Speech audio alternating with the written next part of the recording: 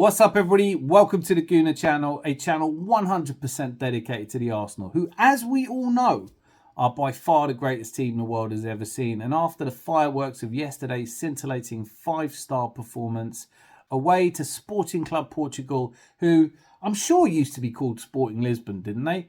Can I just call them Sporting Lisbon? They are in Lisbon after all, but Sporting Lisbon or Club Portugal, whatever you want to call them, hadn't lost at home in over a year. And it was just 3 weeks ago we watched them absolutely demolish Manchester City. Of course, this is before we knew that Manchester City had completely imploded. I hadn't seen all that much of Victor Gyökeres, and in that performance, I thought he looked outstanding. And many questions and debates on this channel about whether you'd have Isak or Gyökeres. But if you only saw him yesterday, I think it's a much easier decision to make.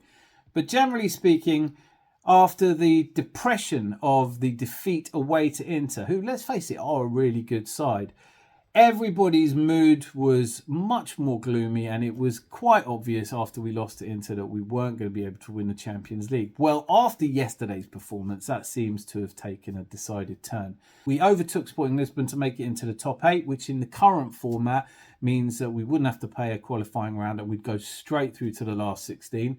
And I think with the games we have left, it's looking really likely that we will make it through in the top 8. I said at the start of this competition in new format that looking at it, it felt like 16 points would be enough, 17 definitely. And now that we have 10 points with 3 games to go, our next match against Monaco, if we were to win that, and the following game against Dinamo at home, that would put us on 16 points. And then at most, I think we would need to get a draw away to Girona, who aren't going that well at the moment in La Liga or in the Champions League. So it looks like we are destined to qualify through to the last 16. And there are some fantastic teams in the Champions League. This format is I'm still getting used to it, but I think the idea behind it was to produce big games. Games like the Real Madrid visit to Anfield that we saw tonight, which was hugely underwhelming. Real Madrid, just like Manchester City, seem to have come to the end of their period of dominance. I'm sure they'll come again. But right now, watching Kylian Mbappe casually take a penalty that was easily saved by Kelleher, who looks really good as a keeper at the moment, and then watching Mo Salah miss a penalty at the other end, questions there about maybe he wants a new contract and isn't going to score a penalty till he gets one. A conversation for another day. But there are great teams in this Champions League, and this format, I think, will mean that the last 16 are going to be some of the biggest names in Europe. May not include Real Madrid, though, because as it stands, with some tricky games ahead for them, they don't look at all certain to qualify. And if they do, it certainly won't be in the top 8. So they're going to be up against another big team. Manchester City don't look like going to make the top 8.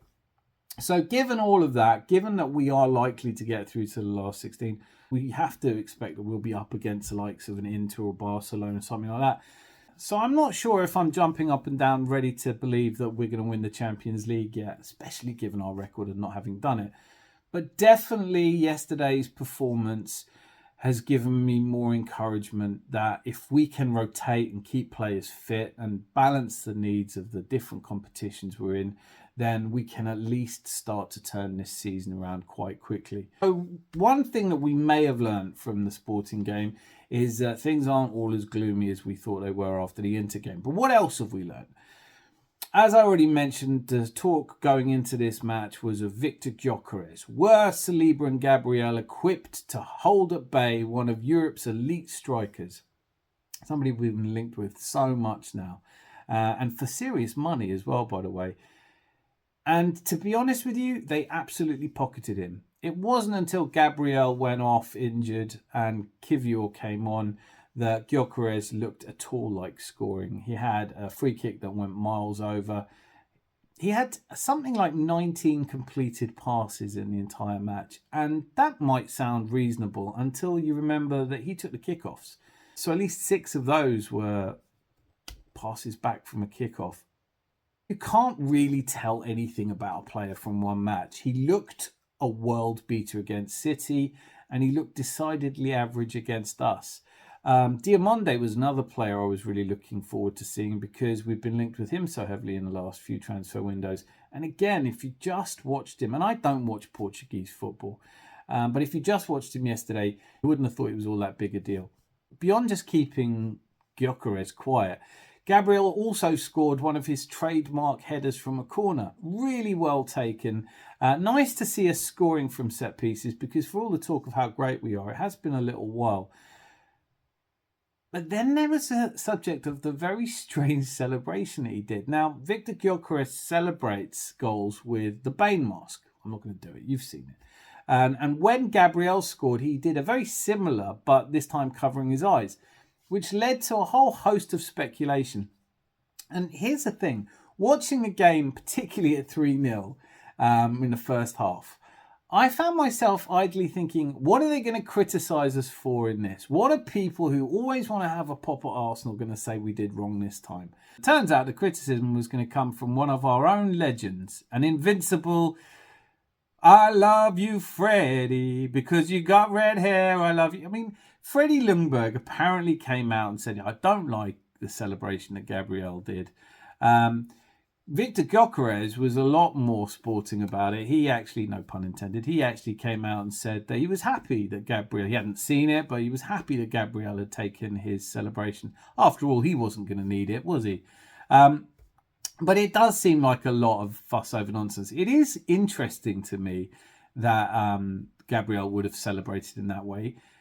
The speculation, and the only speculation I've seen so far, is that it comes back to the 2023 game where Sporting actually knocked us out of the Europa Cup. Granit Xhaka had scored the first goal in the return game at the Emirates after a 2-2 after 2-2 in Portugal. When he scored, he did a certain celebration, the thumbing his nose celebration, and when Gonçalves equalised in the second half, he mimicked it by doing the same celebration. Now, it does seem strange to me. I know Gabriel was playing that day, but does it seem strange to anyone else that they bear a grudge this long? And am I the only one who quite likes that? A bit of grudge can't be a bad thing. That seems like the only explanation for it. No one else has come out and said anything. And overall, the talk around the game has been just about how good Arsenal were, how well we played, and I know Ruben Amorim leaving Sporting is going to have an impact, but it is all the same players, and they have been playing really, really well. You do have to, I think, you can expect us to get some credit. Of course, one of the problems with modern football is that 1 minute you're dreadful, the next minute you're the best team in the world. As I see it, we're in a good position, but we have to go to West Ham on Saturday and win, and we can stop thinking about the Champions League altogether now. I am hugely looking forward to the home game against Monaco. It's on my birthday. So what a brilliant way to celebrate your birthday. Beating Monaco 3-0 at home and almost guaranteeing yourself a chance to play in the last 16 of the Champions League for the second year running. I want to give Arteta some credit here because Arsene Wenger, I know people wanted him gone by the end of his reign and we all know why. But in his first two Champions League seasons were nothing like as successful as Arteta's. So I would give Arteta a huge amount of credit. George Graham didn't have a great start in this tournament either, although it was a different name back then. But we got dumped out by Benfica in the second round. One of the most disappointing games I've ever seen at Highbury. So for Arteta's first two seasons in the Champions League to look like taking us to quarterfinals and at least last 16, I want to give him some credit for that. Not that you'll see him get a lot of credit for that. But I suppose the really striking thing about the Champions League this season is some of the biggest names have dropped right out. Carlo Ancelotti looked a little bit lost on the Anfield touchline. Pep Guardiola literally looked beaten up in his press conference following their ridiculous squandering of a 3-goal lead at home to Feyenoord. Has there been a change in regard? No, he's only just signed a new contract, and there are some City fans talking about whether Pep Guardiola should be sacked or not, which is ridiculous. Carlo Ancelotti is under pressure at Real Madrid because you can't lose the Clasico in the way they did. You can't be as lackluster as they were against Liverpool. do look like they need a rebuild as well. So some of the big teams needing a rebuild. Could this be the year that we sneak up on the rail? I'm really hopeful and positive because I've chosen to be. But I want to hear from you. Do you think that yesterday's performance has given you hope that we might make this the year that we finally lift the trophy that we've all been desperate to win? And further to that, would you, given a choice, pick the Champions League or the Premier League? I've given it a lot of thought. We discussed it on the show last night. I think most of us just want to win the Champions League at least once in our lives. And if we do go on and win it, then Arteta's position would have to be safe, wouldn't it? If he's the first and only manager ever to win the Champions League. Although saying that, I can imagine there's people out there still giving him a hard time. So let me know what you think in the comments. It's a great day to be an Arsenal fan when you win 5-1. It matches our best ever away performance. And funnily enough, comes almost exactly 21 years since our last 5-1. 21 years since we beat Inter Milan 5-1 away, which was the year we won the Invincibles. So strange parallels. Could this be the year? Obviously, we're not going to be invincible in league, but could we win the Premier League and the Champions League in the same season? Maybe with the League Cup, we'd call that a treble. I definitely would. I know I'm being a bit silly now, but you have to dream, right? Let me know in the comments how you feel. I've got a live show on tomorrow. Do every Tuesday, Thursday and Saturday. I'd love to see you there. It's 10:30 p.m. Get involved in the comments. It's always a good laugh. And until I see you, hopefully there, make sure you click like, make sure you click subscribe, and be lucky. Lots of love.